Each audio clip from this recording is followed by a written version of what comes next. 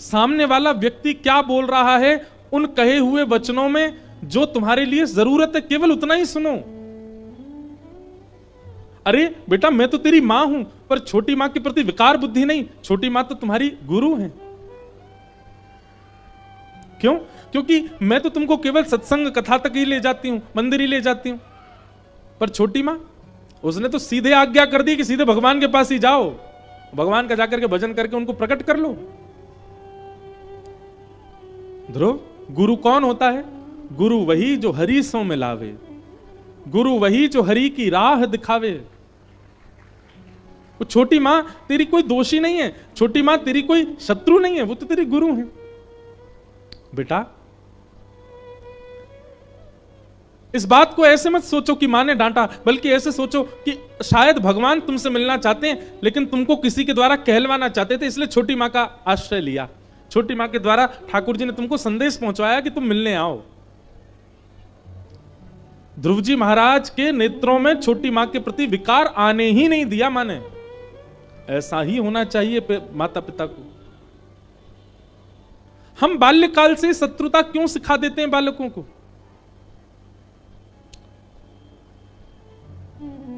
पहले दिन भी मैंने एक बात कही थी कि माता पिता के पास तर्क होता है कि अगर हम बालकों को स्मार्ट नहीं बनाएंगे, बालकों को चतुर नहीं बनाएंगे, बालकों को चालाक नहीं बनाएंगे, बालकों को सब चीजों के बारे में नहीं बताएंगे, तो ये दुनिया बड़ी खतरनाक है, हमारे बालकों का दुरुपयोग करेगी, हमारे बालकों के साथ कुछ भी खिलवाड़ कर सकती है, समाज अच्छा नहीं है, संसार अच्छा नहीं है। भैया हमारी एक बात सुनना, जब व्यक्ति चतुर होता है, जब व्यक्ति बुद्धिमान होता है, जब व्यक्ति श्रेष्ठ होता है, तो उसकी जिम्मेवारी वह खुद है, क्योंकि उसके पास बुद्धि है, उसके पास चतुराई है, उसके पास जानकारी है। लेकिन जब व्यक्ति भोला होता है, सीधा होता है, सरल होता है, तो उसकी जिम्मेवारी कोई और लेता है, और वो कोई और नहीं है, साक्षात ठाकुर जी हैं। ठाकुर जी जिम्मेवारी लेते हैं सरलों की, सच्चों की, निर्विकारों की। अरे सीधा सा भाव है, मां जब बाजार जाती है तो बड़े बच्चे को घर छोड़ के जाती है, छोटे वाले को नहीं छोड़ के जाती। क्यों? क्योंकि जानती है छोटा चंचल है, छोटा अभी जानकार नहीं है, छोटा सरल है, बड़ा जानकार है, इसलिए उसके हवाले करके जाती है। ऐसे ही ठाकुर जी, जब उनको दिखता है कि व्यक्ति बहुत चतुर बन गया, बहुत ज्ञानी है, सब कुछ है इसके पास, तो भगवान कहते हैं अपना कल्याण स्वयं कर। लेकिन जब व्यक्ति बहुत सरल है, सीधा है, सहज है, दीन है, तो ठाकुर जी कहते हैं इसका कल्याण तो मुझे ही करना पड़ेगा। बहुत सरल है, और ये सरलता उसको मां ही सिखा सकती है, ये दीनता उसको मां ही सिखा सकती है।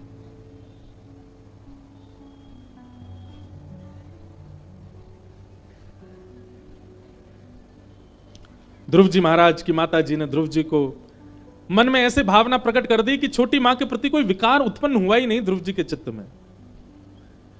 मां को प्रणाम किया, बोले मां मैं जा रहा हूं वन में भगवत प्राप्ति के लिए। और ध्रुव जी बड़ी मां को प्रणाम, अपनी मां को प्रणाम करने के बाद फिर राजभवन में गए, छोटी मां को प्रणाम किया, बोले आप मेरी गुरु हैं, आपने आज्ञा की थी कि वन में जाके भगवान का भजन, मैं जा रहा हूं मां भजन करने के लिए वन में। और 4.5-5 वर्ष के ध्रुव जी महाराज निकल गए वन में।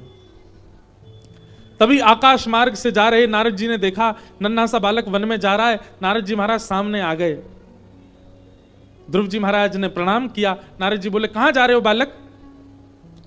ध्रुव जी बोले वन में जा रहा हूं भगवत प्राप्ति के लिए। नारद जी महाराज बोले किसने कह दिया तुमको कि वन में भगवान रहते हैं?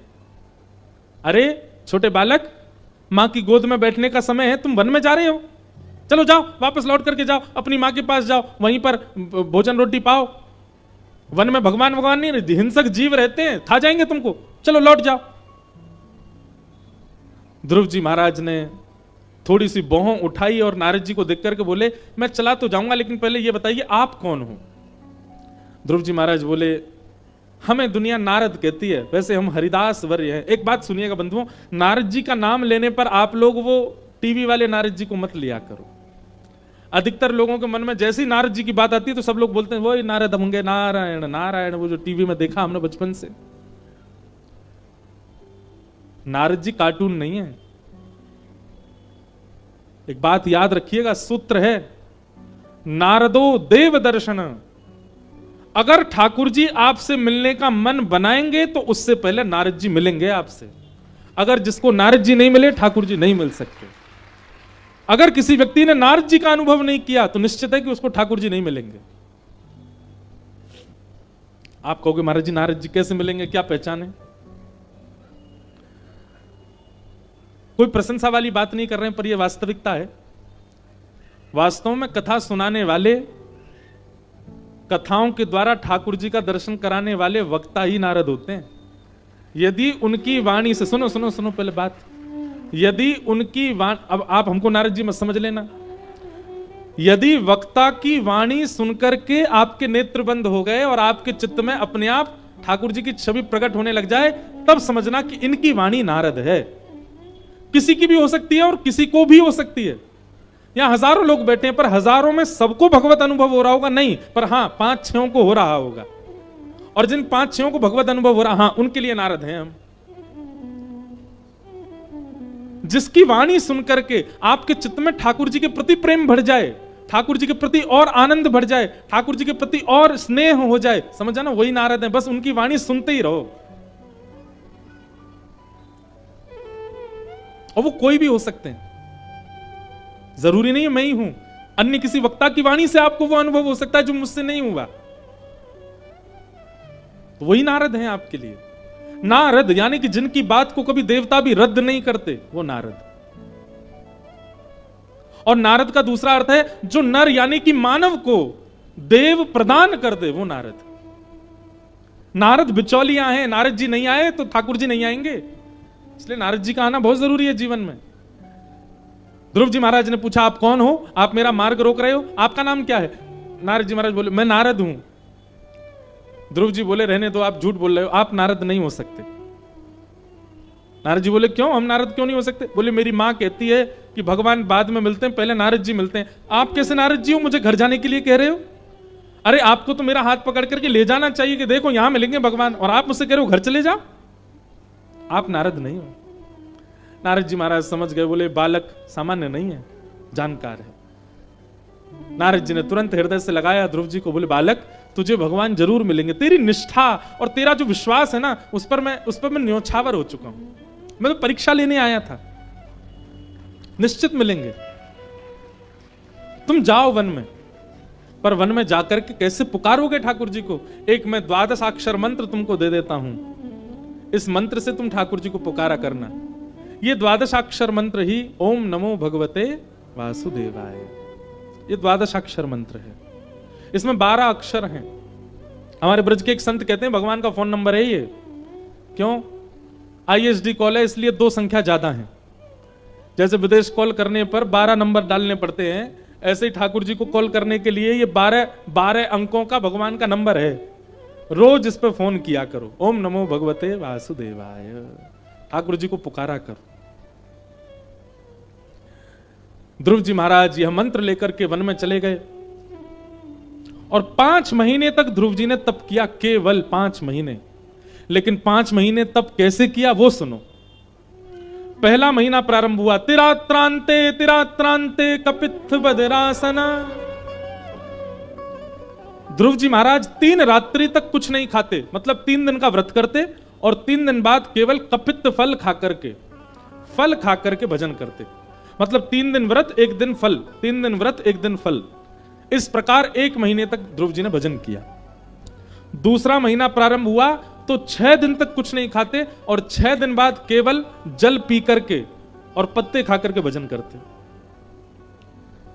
तीसरा महीना जब प्रारंभ हुआ तो 9 दिन तक कुछ नहीं खाते और 9 दिन बाद केवल वायु पी करके भजन करते हैं। चौथा महीना प्रारंभ हुआ, अब ध्रुव जी 12 दिन तक ना कुछ खाते हैं, 12 दिन तक ना कुछ पीते हैं, 12 दिन में 1 बार श्वास लेते हैं। आप कहोगे तो असंभव है, नहीं, साधक व्यक्ति के लिए सब संभव है। 12 दिन तक ध्रुव जी श्वास नहीं लेते, 12 दिन बाद केवल 1 बार श्वास भीतर लेते। जैसे ही चौथा महीना पूर्ण हुआ, ध्रुव जी महाराज मन में विचार करने लगे भगवान अभी तक नहीं आए। मैं हर महीने 3 दिन का व्रत बढ़ा देता हूं, अब के मैं पूर्ण व्रत करूंगा, ना मैं श्वास लूंगा, ना मैं श्वास छोड़ूंगा, ना कुछ खाऊंगा, ना पीऊंगा, केवल एक पैर पर खड़े होकर के भगवान को पुकारूंगा। और 5वां महीना प्रारंभ होते ही ध्रुव जी ने श्वास लेना भी बंद कर दिया, अपनी दोनों भुजाओं को आकाश की ओर करके एक पैर के ऊपर खड़े होकर के ध्रुव जी महाराज भजन करने लगे। ध्रुव जी के इस भजन को देख देवता दौड़े दौड़े भगवान के पास गए और भगवान से जाकर के बोले नाथ, एक अद्भुत भक्त आपको पुकार रहा है, नन्ही सी अवस्था है उसकी, आप कृपा कीजिए, जाकर के उसको दर्शन दे दीजिए नाथ। बंधुओं, संपूर्ण ब्रह्मांड में केवल एकमात्र ध्रुव जी ऐसे हैं जिनके लिए भगवान ने ये शब्द कहे हैं। क्या? हम सबको दर्शन देने जाते हैं, पर ध्रुव को दर्शन देने नहीं, ध्रुव का दर्शन करने जाएंगे। ऐसे बालक से तो मिलने जाएंगे, उसको तो देखने जाएंगे। और भगवान गरुड़ पर आरूढ़ होकर के शंख चक्र गदा पद्म धारण करके श्री ध्रुव जी महाराज से मिलने के लिए पधारे। ध्रुव जी खड़े, आंख बंद करके, हाथ जोड़ करके, और सामने गरुड़ के ऊपर भगवान बैठे। गरुड़ जी महाराज बोले भगवान, इतनी देर हो गई है, ध्रुव तो आपका दर्शन ही नहीं कर रहा। भगवान बोले अभी नहीं करेगा, उसके चित्त में मेरी झांकी बनी हुई है, जब तक वो झांकी नहीं जाएगी तब तक नहीं देखेगा। भगवान ने तुरंत एक स्वर किया और उस स्वर करते ही ध्रुव जी के चित्त की झांकी अंतर ध्यान हो गई। जैसे ही झांकी अंतर ध्यान हुई, ध्रुव जी व्याकुल हो गए, श्वास टूट गई, जो 1 महीने से रोक के खड़े थे। और श्वास टूटते ही ध्रुव जी महाराज ने विरह वेदना में नेत्र खोल करके हाँ नाथ कह करके जैसे ही पुकारा और नेत्र खोल करके देखा, तो सामने श्वेत गरुड़ के ऊपर नीलांबर ठाकुर जी शंख चक्र गदा पद्म धारण करके खड़े हुए। बोलो भक्त वत्सल भगवान की।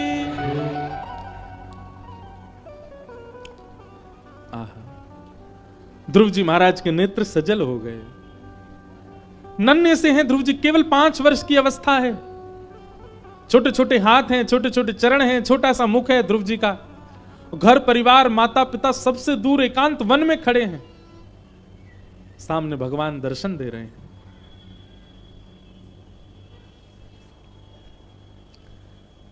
अब ध्रुव जी ने आंख तो खोल ली, लेकिन बहुत देर हो गई, बोले ही नहीं कुछ भी, बस आंखों से आंसू गिरते जा रहे हैं। बंधुओं, एक वर्णन यहां पर ऐसा आता है कि ध्रुव जी महाराज ने जब भगवान को देखा तो देखते ही ध्रुव जी को क्या हुआ? द्रग्भ्याम प्रपश्यन् प्रपिबानिवार्भक चुम्बन निवासेन भुजैर्लिवाश्लिशन्। अगर पहली झलक ठाकुर जी की दिखेगी तो हमारे साथ क्या होगा? लोग बाग कहते हैं मेरे को ठाकुर जी मिल जाएंगे तो मैं अपना घर सजाऊंगा, मुझे ठाकुर जी मिल जाएंगे मैं उनको रबड़ी का भोग लगाऊंगा, ठाकुर जी मिल जाएंगे उनके संग ऐसे करूंगा। सही पूछो तो ठाकुर जी मिल गए तो आप बेहोश रह जाओगे, आप बहुत देर तक तो होश में ही नहीं आओगे, और जब होश में आओगे फिर से ठाकुर जी को देख के फिर बेहोश हो जाओगे। ठाकुर जी को देखने के बाद, अरे महाराज, सामान्य संसार के लोगों को देख करके व्यक्ति अपना होश खो बैठता है, ठाकुर जी आ जाएंगे तो क्या होगा? लेकिन ध्रुव जी के साथ क्या हुआ उसका वर्णन यहां पर शुकाचार्य जी ने किया है, बहुत ध्यान से सुनिएगा। ध्रुव जी ने जैसे ही नेत्र खोल करके भगवान को देखा तो थोड़ी देर तो निहारते रहे, थोड़ी देर के लिए तो मूर्छा सी आई ध्रुव जी को। इतने सुंदर हैं ठाकुर जी, इसलिए मूर्छा आएगी। उनका रूप लावण्य इतना सुंदर है कि हमारे नेत्र उसके अधिकारी नहीं है, हमारे नेत्र उसको सहन कर नहीं पाएंगे। लेकिन ध्रुव जी महाराज थोड़ी देर में चेतना आई, और चेतना आकर के श्री ध्रुव जी महाराज ने क्या किया? बोले द्रग्भ्याम प्रपश्यन् प्रपिवार निवार्भकम, दंडवत प्रणाम किया। और दंडवत प्रणाम करके ध्रुव जी ठाकुर जी को कैसे देख रहे हैं? बोले भैया चुम्बन निवासेन भुजैर्लिवाश्लिशन्। ध्रुव जी के मन में इच्छा प्रकट हो रही है कैसे भी करके मैं इनके ऊपर चढ़ जाऊं और इनके ऊपर चढ़ के अपने अंक में अपने पैरों से इनसे लिपट करके और इनके गोल मटोल गालों को अपने अपने 2-4 दांतों से काट खाऊं। इतने प्यारे लग रहे हैं ठाकुर जी। ध्रुव जी के मन में ये भावना आ रही है। ये बात हम क्यों कह रहे हैं? लोग गोपियों पर प्रश्न उठाते हैं कि भगवान श्री कृष्ण को देखकर के गोपियां रास विहार कर रही हैं, अपने पति परिवार संसार को छोड़कर के श्री कृष्ण के प्रति आकृष्ट हो रही हैं। अरे ठाकुर जी का स्वरूप ऐसा है, नन्हा सा 5 वर्ष का बालक ध्रुव जब ठाकुर जी के प्रति आलिंगन की भावना रख सकता है, ठाकुर जी का रूप ही ऐसा है कि उस रूप पर व्यक्ति मोहित हो ही जाएगा, आकृष्ट हो ही जाएगा।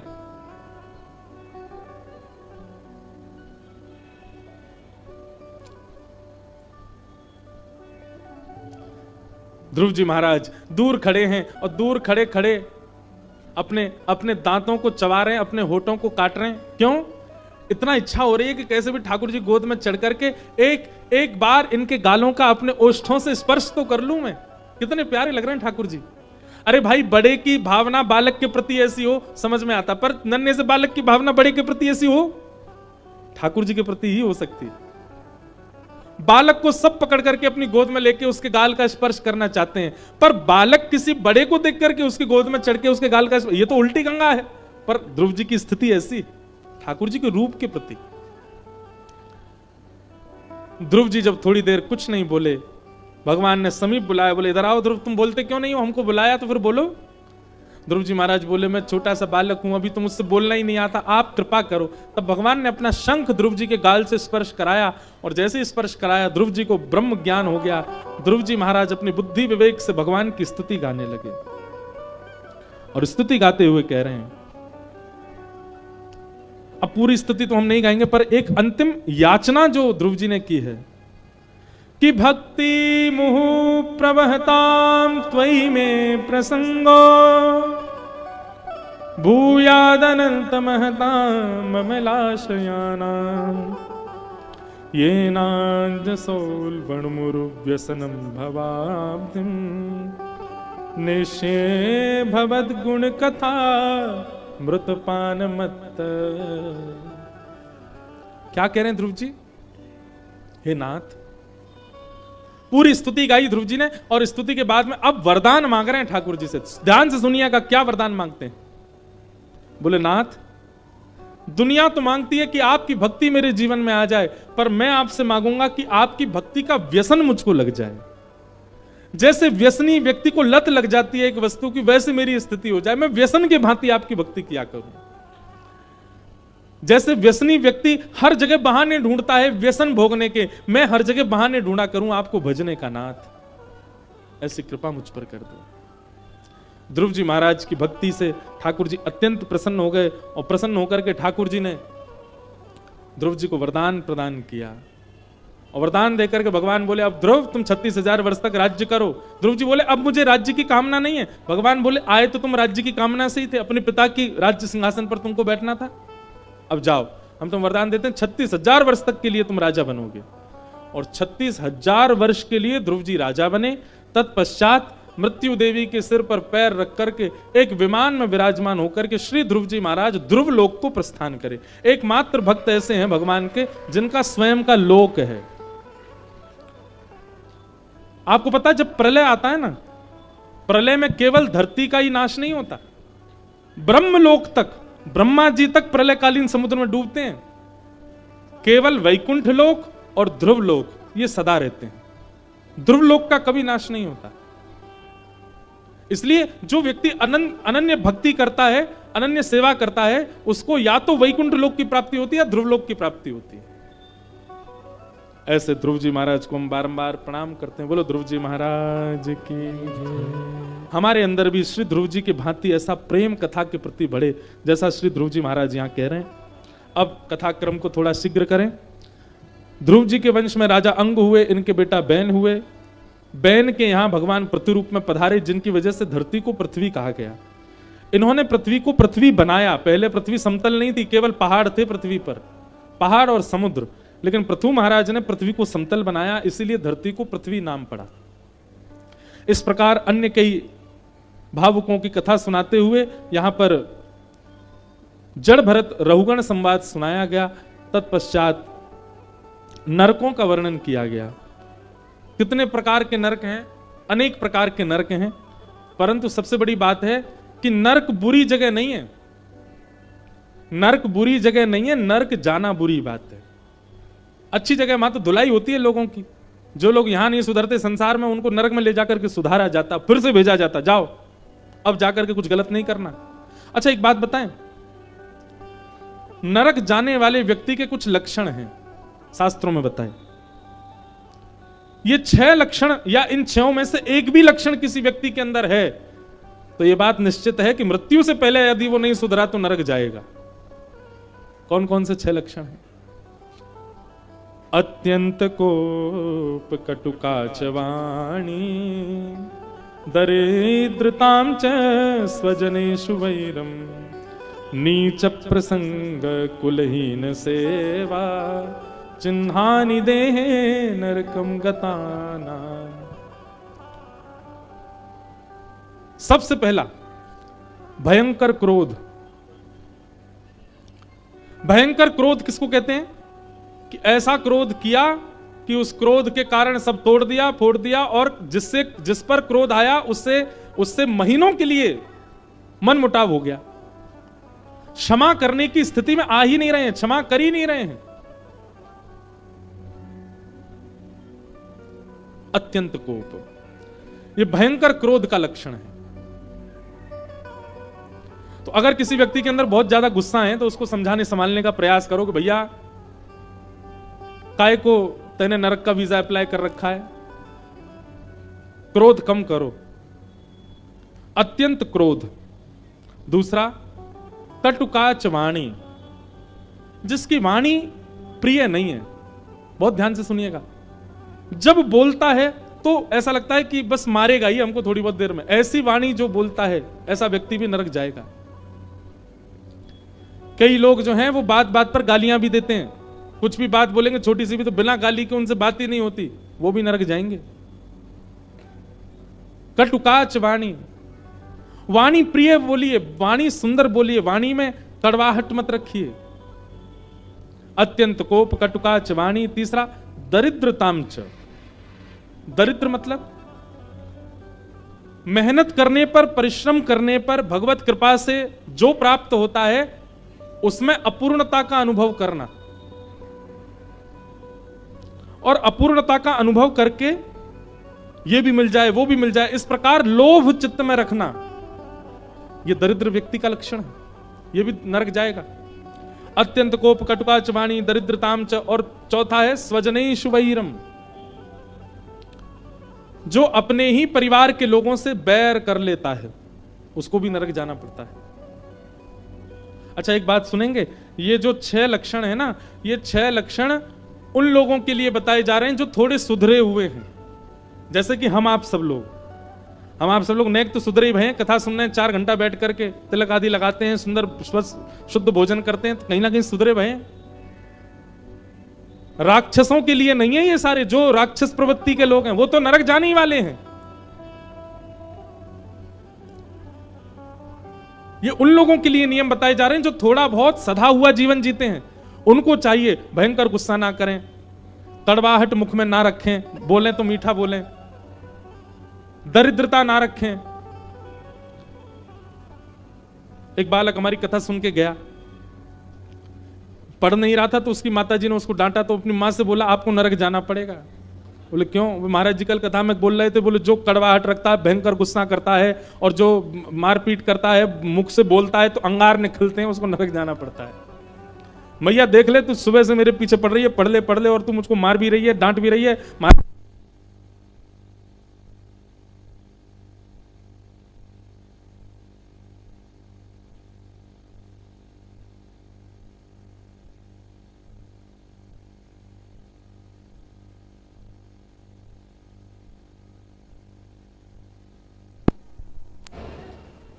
ऐसे ही गाए तो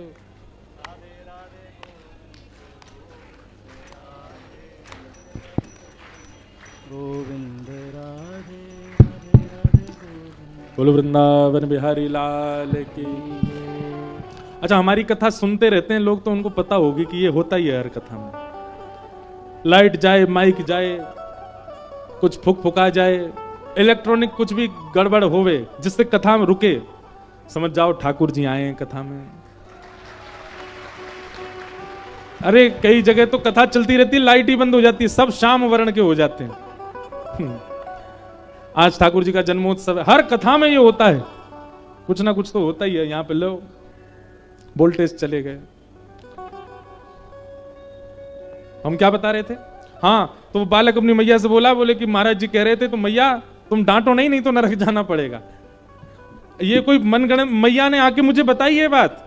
महाराज जी आप क्या शिक्षा दे रहे हो बालकों को? मैंने क्या दे दिया मैंने? बोले बालक कह रहा था, बोले डांटो नहीं, कड़वाहट बोलो नहीं, मारो नहीं, पीटो नहीं। अब पढ़ता नहीं है उसको डांटू नहीं मैं? आप कहते हो कि कड़वा बोलने से, मारने से, गुस्सा करने से नरक। मैंने कहा भैया, किसी के हित के लिए यदि आप ये सब क्रिया कर रहे हो तो उसमें दोष नहीं है। किसी के अनहित के लिए यदि आप कर रहे हो, किसी को क्रोध इसलिए किया गया कि वो सुधरे, तो कोई दिक्कत नहीं। पर किसी पर क्रोध जबरदस्ती किया जा रहा है, बेमतलब के लिए किया जा रहा है, उससे उसका कुछ सुधार होने वाला नहीं है, बस उसको जबरदस्ती उस पर क्रोध करना है, तो नरक जाना पड़ेगा। बोली आप रिकॉर्ड करके फोन में दे दो ताकि बेटा को जाके पीट सकूं मैं। मैंने कि हम कथा में बोल देंगे, सुना देना उसको। लोग बाग भी बड़े विचित्र अपने मतलब की बात सुन जाते हैं कथा में आके। तो ये जितने भी गुण हैं, ये तो हम आप सब लोगों के लिए हैं। हमें अत्यंत क्रोध नहीं करना, दरिद्रता नहीं रखनी, कड़वाहट नहीं रखनी मुख में, नीच प्रसंग, नीच लोगों का संग नहीं करना। नीच किसको कहते हैं? जिसका भोजन शुद्ध नहीं, जिसका आचरण शुद्ध नहीं, जिसका संग शुद्ध नहीं, जिसका व्यवहार शुद्ध नहीं, ऐसे व्यक्ति का संग नहीं करना। कुलहीन सेवा, और जो अपने माता पिता से बैर करता है, ऐसे अपने किसी सखा की हम सहायता करें तो भी हमको नरक जाना पड़ेगा। ये 6 चिन्ह हैं नरक जाने वालों के। इन 6 चिन्हों से बचो। और अगर ये 6 चिन्ह आपके जीवन में नहीं है तो आपको नरक जाने से कोई नहीं रोक सकता। एक रंग नाम के व्यक्ति रहते थे जयपुर के पास में, बहुत ध्यान से सुनना। क्या नाम था? रंग, श्री रंग नाम था उनका। तो व्यापारी थे, उनकी दुकान थी। सब लोग इधर देखो, इधर देखो, कथा सुनो। उनकी दुकान थी, तो अपनी दुकान में काम करते थे। तो दुकान में 2-4 बालक भी थे उनके पास में। तो श्री रंग जी जो थे वो इतना भजन पूजन कुछ करते नहीं थे। हाँ, केवल इतना करते थे, क्या? रोज सुबह दुकान खोल करके, दुकान बढ़िया चले इसके लिए दुकान में ही ठाकुर जी बैठा रखे थे, उनको अगरबत्ती दिखाते थे बस। और वो भी इसलिए कि ठाकुर जी ने कृपा करी हो, हमारा गल्ला भरा रहे। अच्छा, कई लोग हैं वो अपने गल्ले में ही भगवान बैठा के रखते हैं। ठाकुर जी से कहते रहते ये भरा ही रहे, भारीपन बना रहे, नाथ इसमें कृपा बनाए रखो। ठाकुर जी को स्वार्थ से जो बचता है ना, ठाकुर जी भी उससे उसके प्रति स्वार्थ भाव ही रखते हैं। फिर जैसे जिस भावना से भजोगे वैसे ठाकुर जी की भावना रखेंगे। तो श्री रंग जी जो थे वो ज्यादा भजन पूजन करते नहीं थे। तो एक बार क्या हुआ,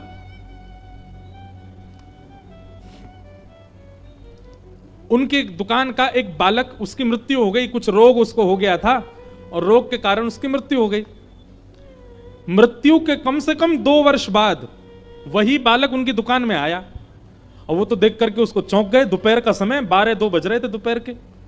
रंग जी महाराज बोले, ए भाई, तू तो 1-1.5 साल पहले मर गया था, तू कहां से आ गया? तो उस बालक ने आकर के कहा, सेठ जी मेरी मृत्यु तो हो गई और मृत्यु के बाद मुझको नरक जाना पड़ा, क्योंकि मैंने बहुत पाप किया था, भजन पूजन किया नहीं। और पाप भी मैंने छोटे मोटे नहीं किए, इतने बड़े बड़े किए कि नरक में जब मैं पहुंचा तो यमराज जी ने अपने दूतों का सरदार बनाया मुझको। इतनी बड़ी पदवी मिली मुझे नरक में। पहले तो मुझको बहुत पीड़ाएं दी गई, पर मैंने वहां भी पाप करना नहीं छोड़ा। वहां भी मेरे अंदर से पाप होता ही रहा। वहां पे मैंने यमराज के दूतों की यहां ही चोरी कर ली थी। उससे प्रसन्न होकर के यमराज जी बोले, भाई तू बहुत बड़ा पापी है, तू एक काम कर, तू हमारा सैनिक ही बन जा। और मैं उनका सैनिक बन गया हूं। रंग जी बोले, वो सब तेरी बात ठीक है, लेकिन यो बता तू यहां क्यों आया है? बोले, रंग जी मेरे पास पूरा, आज की भाषा में कहें तो पूरा बायोडाटा है, पूरा रजिस्टर है, किसको कब नरक जाना है।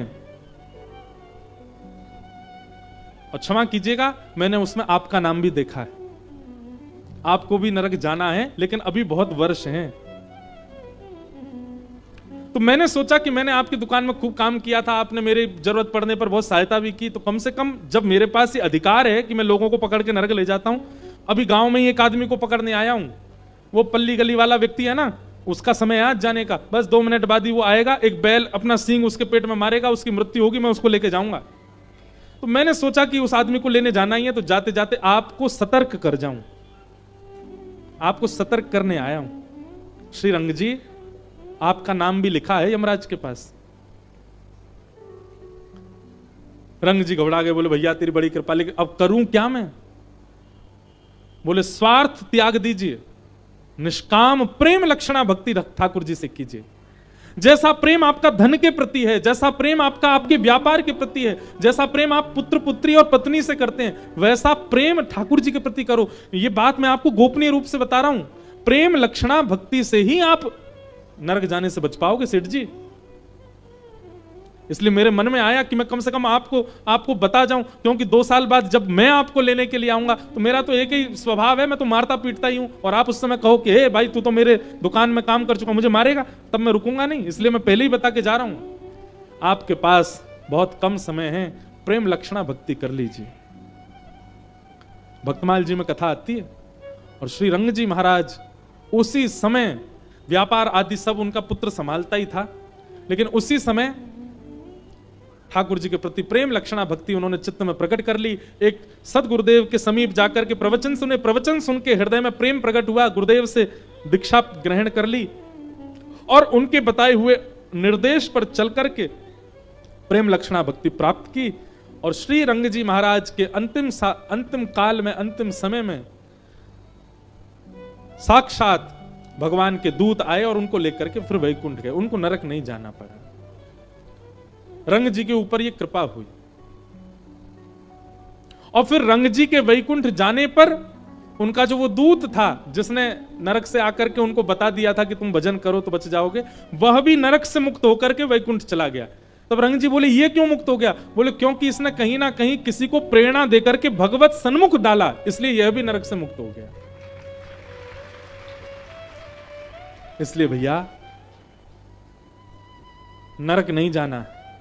और एक बात हम स्पष्ट कर दें, जब युधिष्ठिर को भी थोड़ी देर के लिए नरक देखना पड़ा तो हम आप कैसे बचेंगे उससे? हम सब जीवन में हर दिन कुछ ना कुछ पाप करते हैं और इन पापों के कारण हमको भी कभी ना कभी नरक दर्शन करना पड़ सकता है। इसलिए कथा श्रवण करके नाम को और भगवान की सेवा को ऐसा स्थान अपने चित्त में दे दीजिए कि आपको नरक दर्शन ना करना पड़े। इस प्रकार फिर आगे अजामिल की कथा सुनाई गई, वृत्रासुर का प्रसंग सुनाया गया। तत्पश्चात भगवान के परम भक्त श्री प्रहलाद जी का प्रसंग सुनाया। प्रहलाद जी महाराज हिरण्यकश्यप नाम के दैत्य के यहां जन्मे। हम एक बात कथा में कहा करते हैं कि बालक जन्म लेने के बाद आप जैसे संस्कार दोगे उससे नहीं सुधरेगा। हो सकता है सुधरे, पर विशेष रूप से बालक जब गर्भ में हो उस समय के मां के आचरण बालक को लगते। इसलिए गर्भ में बालक हो उस समय मां को बहुत सावधान रहना चाहिए, क्योंकि उस समय मां जो सोचेगी, मां जो करेगी, मां जो खाएगी, मां जो विचार करेगी, वही बालक की बुद्धि में जाएगा। इसलिए गर्भ काल बहुत सावधानी से रहना चाहिए।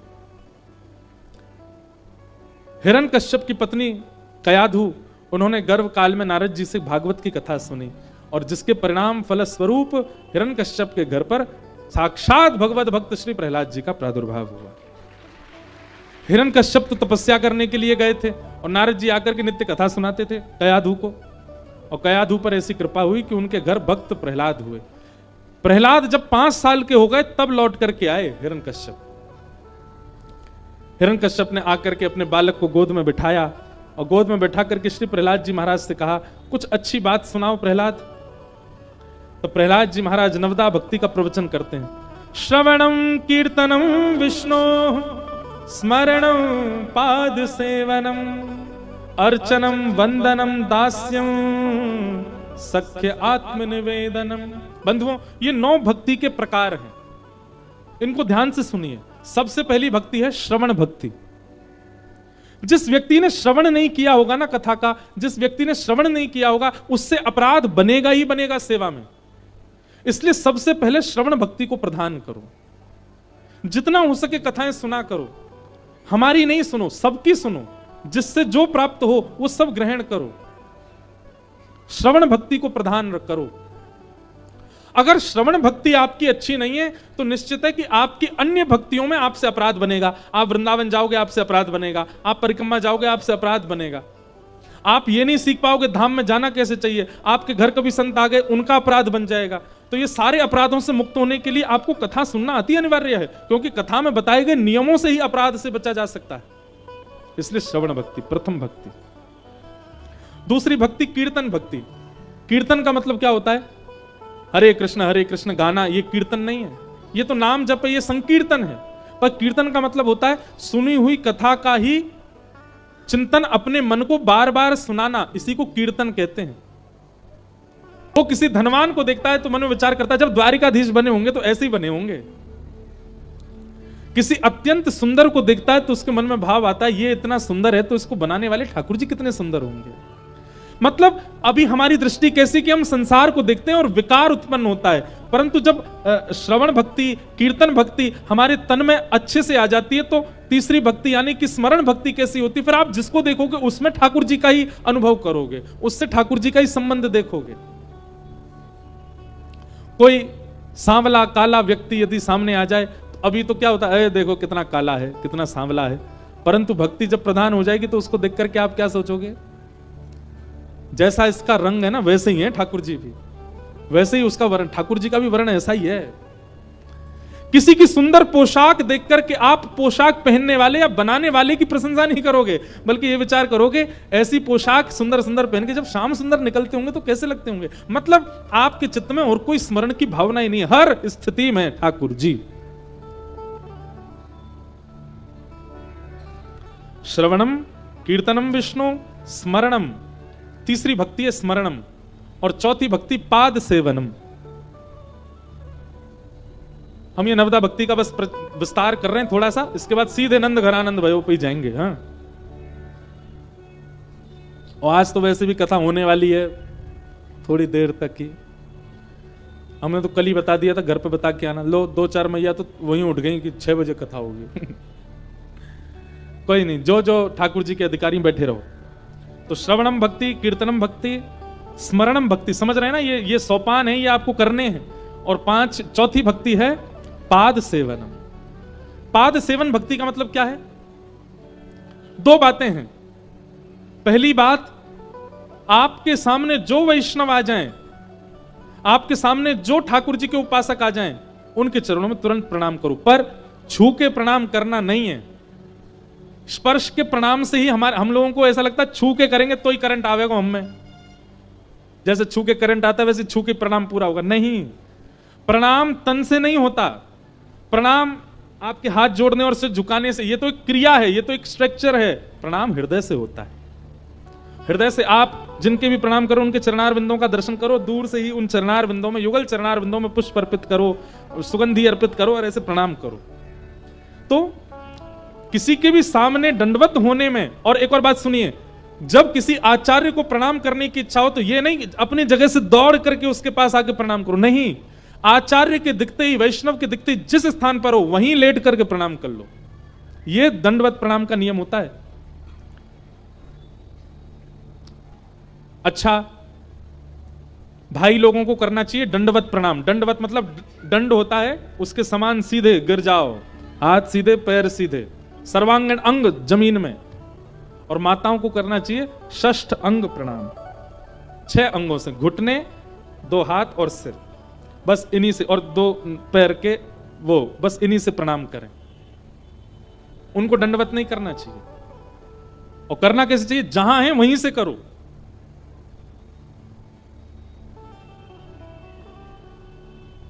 भाग रहे हैं लोग आचार्यों के पीछे, वैष्णवों के पीछे, वाके हमारे पांव में कितने तो खोंचे पड़े हुए हैं। खोंचे समझते हैं? खोंचे समझते हैं? नाखून से ऐसे। कुछ दिन पहले एक कथा थी चंडीगढ़ में, तो उसमें एक उत्सव था, तो उत्सव में बीच में ऐसे एक रेलिंग बनाई, उस पर चढ़ करके हम नंदोत्सव मना रहे थे। महाराज, लोगों के बस में नहीं पड़ी, नाखून तोड़ ताड़ के ले गए पैरों के। एक मैया ने तो धोती पकड़ ली, मैंने मैया खुल जाएगी, बोले खुल जान दो लेकिन पैर छूंगी। मैंने कि मैया ऐसे नहीं, ये कोई प्रणाम है? कितनी बार हम सिर के बल, मुंह के बल, नाक के बल गिर चुके हैं प्रणाम के चक्कर में, तब से हमने नियम बना दूर से ही करो, छुओ नहीं। और ये शास्त्रीय बात भी है कि स्पर्श से प्रणाम पूर्ण होता है नहीं। हम लोग राधा रमन जी को छूते हैं, हम लोग जगन्नाथ जी को छूते हैं, हम लोग द्वारिकाधीश जी को छूते हैं, मंदिर के बाहर ही खड़े होकर के दूर से प्रणाम करते हैं। ऐसे ही आचार्य गुरुजनों को भी दूर से ही प्रणाम करो। सौभाग्य मिला है समीप बैठने का तो थोड़ा समीप से कर लो, पर छू के ही प्रणाम करना ये आवश्यक। अब कई लोग आते हैं सुबह, हमारा सोफा इतना छोटा सा पड़ गया वहां पे, आज तो एक भैया आया उसने मेरे यहीं पे ही हाथ धर दिए सबरे और सबरो बल लगा दिया। मैंने कि लाला नेक देर और रुकता तो नस चढ़ जाती मेरी। हम लोग ये नहीं जानते कि प्रणाम कैसे करना चाहिए। जिस दिशा में आचार्य हैं उस दिशा की ओर झुक करके बस दंडवत कर लो, ये प्रणाम। तो श्रवण, हाँ, तो दूसरी बात क्या कि यहां पर चौथी भक्ति आई है पाद सेवनम, चरण सेवा किसकी करो? वैष्णवों की, आचार्यों की। और स्पर्श करने का यदि बहुत ही मन है तो अपने निज घर के ठाकुर जी के चरण छुओ। और कब छुओ?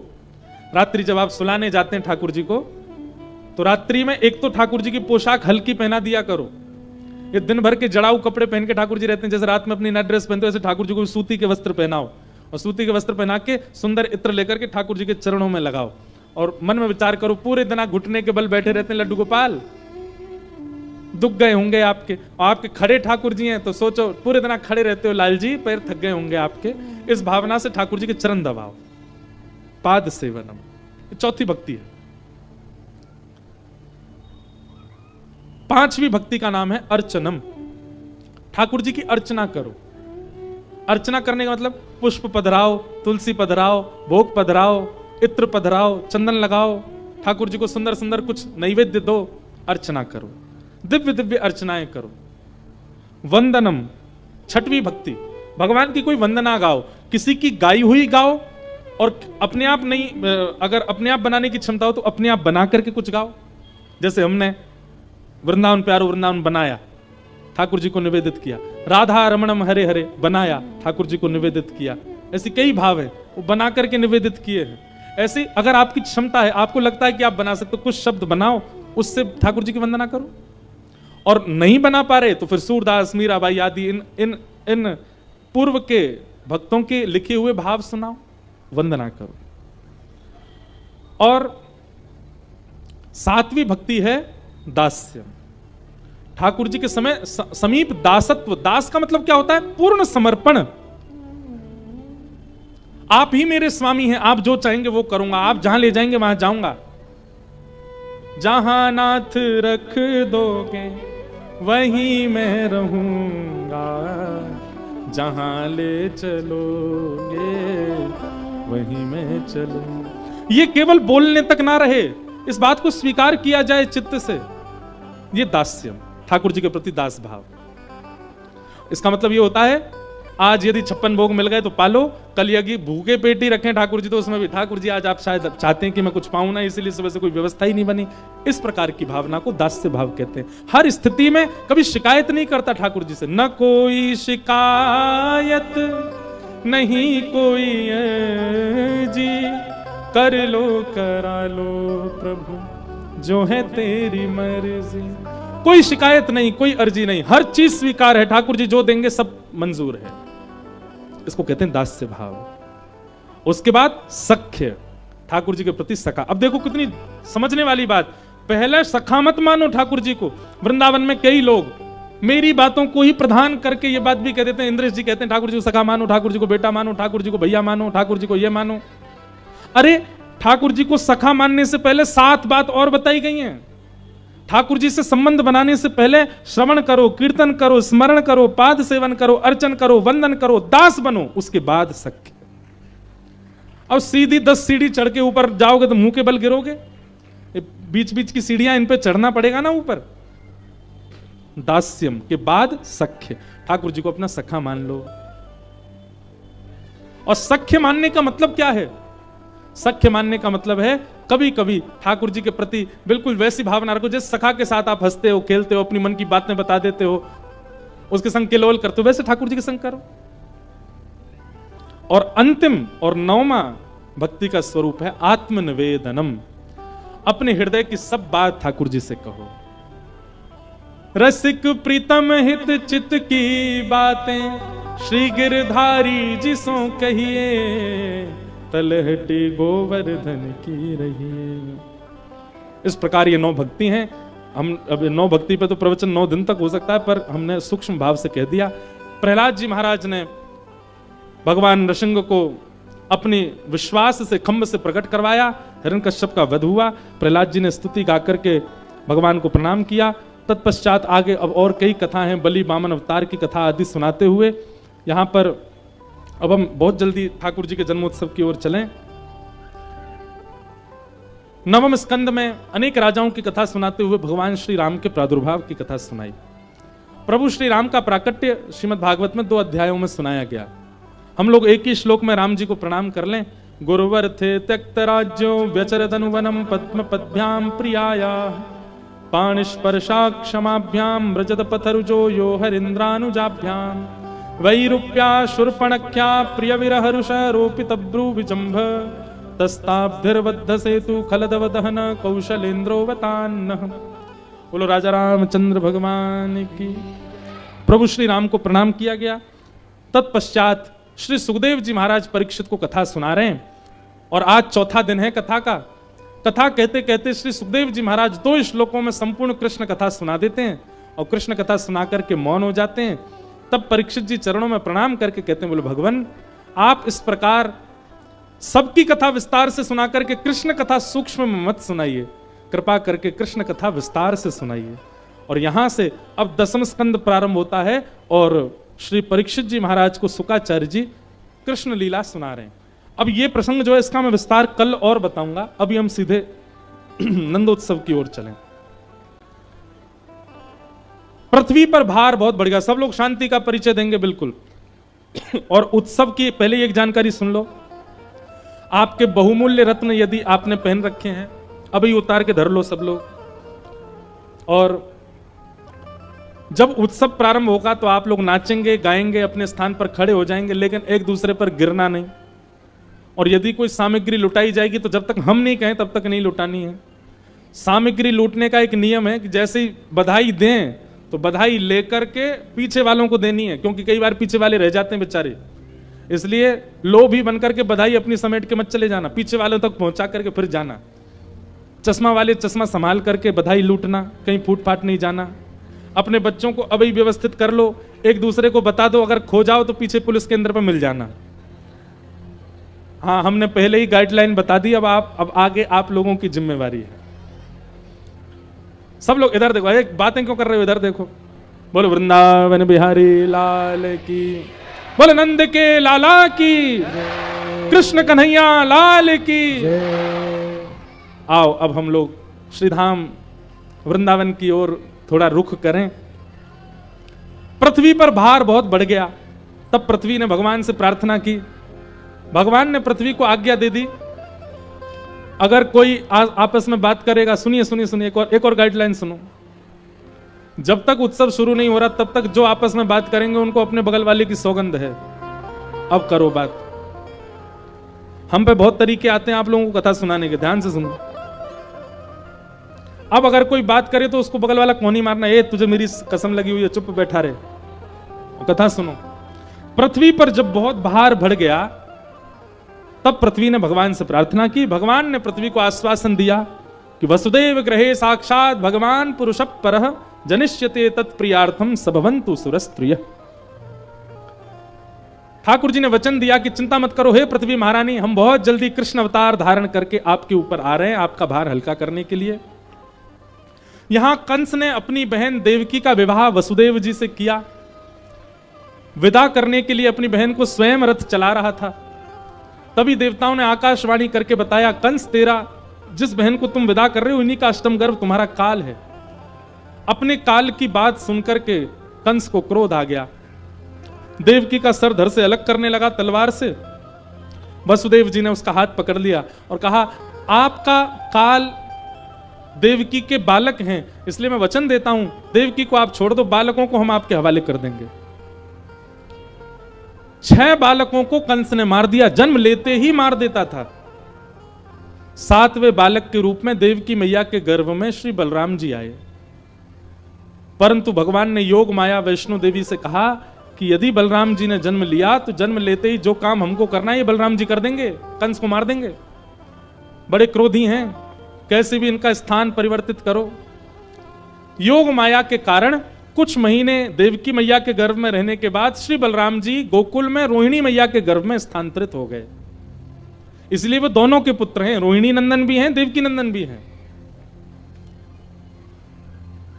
और कंस को खबर मिली कि 7वां बालक तो गर्भ में ही नष्ट हो गया, हुआ ही नहीं।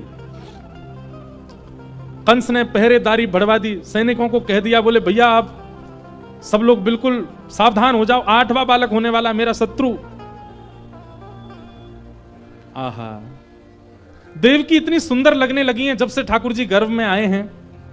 कभी कभी कंस भी भूल जाता है कि वो राक्षस है।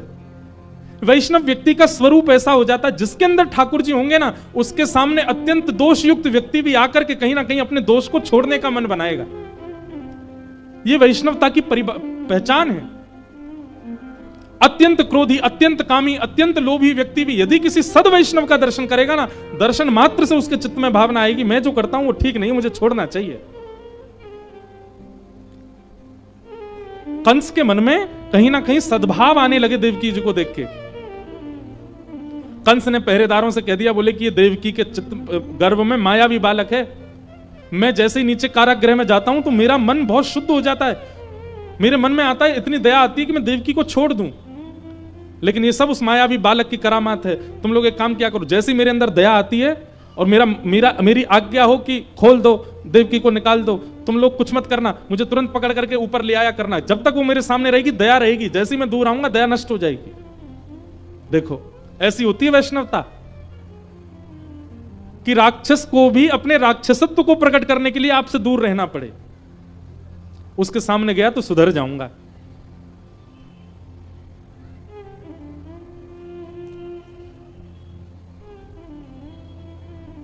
बहुत से भाव आते हैं मन में। अभी एक भाव आया, साक्षात राम जी सामने खड़े हैं पर रावण का चित्त नहीं बदला।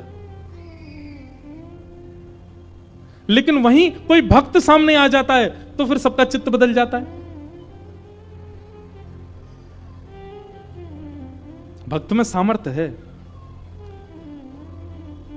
इंसान कहे कि मैं बड़ा तो धरती पर तू क्यों खड़ा, धरती कहे कि मैं बड़ी तो शेष के सर पर क्यों पड़ी, शेष कहे कि मैं बड़ा तो रावण के डर से क्यों खलबला, शेष कहे कि मैं बड़ा तो शिव के गले में क्यों पड़ा, और शिव जी कहें मैं बड़ा तो कैलाश पे जाके क्यों बसा, तो कैलाश कहे कि मैं बड़ा तो रावण के डर से क्यों खलबला, रावण कहे कि मैं बड़ा तो बाली के बगल में क्यों दबा, बाली कहे कि मैं बड़ा तो श्री राम के बाण से क्यों मरा, और श्री राम कहे कि मैं बड़ा तो भक्तों के पीछे क्यों पड़ा। सबसे बड़े भक्त हैं। मैं भगतन को दास भगत मेरे मुकुट मणि। ठाकुर जी कहते हैं मैं भक्तों का दास, भक्त मेरे मुकुट मणि। कई बार ठाकुर जी के सन्मुख आने पर दोष बुद्धि नष्ट नहीं हुई, पर भक्त के आने पर दोष बुद्धि नष्ट हो गई। भादों का महीना, अर्धरात्रि का समय, मंदम मंदम जलधरा, मंदम मंदम जलधारा गिर रही है। पवन मंदिराचल पर्वत की चंदन की सुगंधियों को लेकर के घूम रही है। और तभी सारे सैनिक सोए, मथुरावासी सोए, कंस सोया है। और कंस के कारागृह में एक दिव्य तेज प्रकट हुआ और देखते ही देखते देवकी के गर्भ से शंख चक्र गदा पद्मधारी श्री कृष्ण भगवान प्रकट हो गए। बोल बाल कृष्ण लाल की। ऐसी जय बोल रहे हो कि कहीं कंस उठ नहीं जाए हैं। बोल बाल कृष्ण लाल की। ऐसी जय बोलनी है अब आगे कि बदायूं तक आवाज जावे, पता चले सबको कथा है रही है बिसौली में, कासगंज तक हिल जाए महाराज, यहां उत्सव मन रहा है बिसौली में। बोल कृष्ण कन्हैया लाल की। जैसे ही महाराज शंख चक्र गदा पद्मधारी ठाकुर जी प्रकट भये, देव की वसुदेव जी ने प्रणाम किया। अच्छा बंधुओं, ठाकुर जी कोई विराट रूप में नहीं आए हैं। छोटा सा बालक इतना बड़ा होता है, जन्म लेते ही समय इतना ही बड़ा होता है। ठाकुर जी इतने ही बड़े छोटे से बालक के भांति ही हैं, पर चतुर्भुज हैं, शंख गदा आदि हाथ में ले रखे। कैसा रूप है ठाकुर जी का कि तमद्भुतम बालक मम्बुजक्षणम चतुर्भुजम शंख गदायुधायुधम श्रीवत्सलक्ष्मं गलसौभकौस्तुभम पीतांबरम सांद्रपयोद सौभगम। भगवान पीतांबरी पहन के आए हैं, कौस्तुभ मणि पहन के आए हैं, शंख चक्र गदा पद्म हाथ में लेकर के आए हैं। देव की मैया बोली, भले पधारे ठाकुर जी, पर आप बालक बन के नहीं आए। भगवान बोले बालक ही तो हैं। बोले बालक बोलता थोड़ी है आपकी तरह, जन्म लेते ही खड़े हो गए आप तो, और ये हाथ में शंख चक्र गदा पद्म लेके कौस्तुभमणि पहन के कौन सा बालक जन्म लेता? वस्त्र भी गर्भ से ही पहन के आए हैं ठाकुर जी। देवकी मैया ने जब कहा तो ठाकुर जी ने आयुध त्याग दिए, 2 भुजाएं अंतर ध्यान कर दी, वस्त्र भी उतार दिए, नन्हे से बन गए और ठाकुर जी थोड़े से रोने लगे। देवकी मैया बोली हाँ अब लग रहा है कि बालक का जन्म हुआ। भगवान बोले मैया अब एक काम करो। क्या? अभी अभी गोकुल में यशोदा मैया ने एक लाली को जन्म दिया है, पिताजी हमको लेकर के गोकुल चले जाएं, गोकुल में जाके हमको यशोदा मैया के बगल में सुला देंगे। सो रहे हैं सब लोग, हमारी माया से अभी कोई नहीं जाग रहा है, केवल आप 2 जागे हैं बस। यशोदा मैया के बगल में हमको सुला दें और वहां जो बालिका है उसको यहां ले आए और ला करके कंस को दे दें। देवकी मैया बोली कंस बहुत क्रूर है, बालिका को मार देगा। बोले अरे वो बालिका नहीं है, साक्षात वैष्णो देवी अष्टभुजी भद्रकाली है, उसको कंस को सबक सिखाने के लिए ही भेजा मैंने, सब मेरी लीला है।